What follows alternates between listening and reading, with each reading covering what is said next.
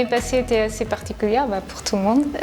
Pour nous, ça a eu un impact significatif sur notre activité, notamment sur le volet formation.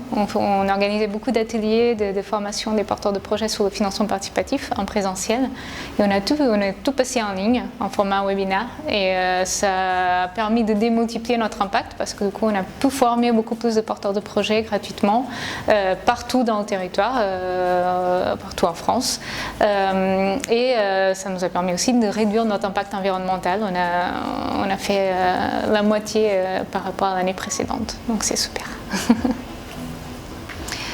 Notre actualité du moment, c'est le lancement de nouvelles offres de financement d'actifs pour toutes les entreprises qui sont dans l'économie de la fonctionnalité et qui louent donc des matériaux et génèrent des revenus par la location, par exemple des panneaux solaires, des ruches, des voitures électriques, peu importe.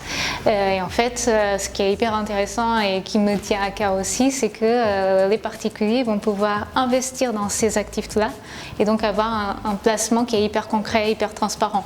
Moi, si j'investis par exemple 50 €, je sais que ces 50 € ils vont être placés dans tel panneau solaire qui est sur tel toit, dans telle ruche qui est exploitée par telle entreprise. Donc plus transparent et plus concret, on peut pas faire.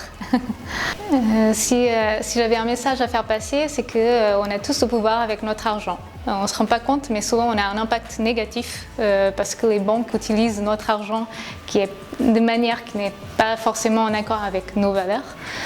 On peut être très engagé, réduire nos déchets, économiser de l'énergie et en fait annuler tous ces efforts par l'impact négatif de notre argent sur un compte bancaire.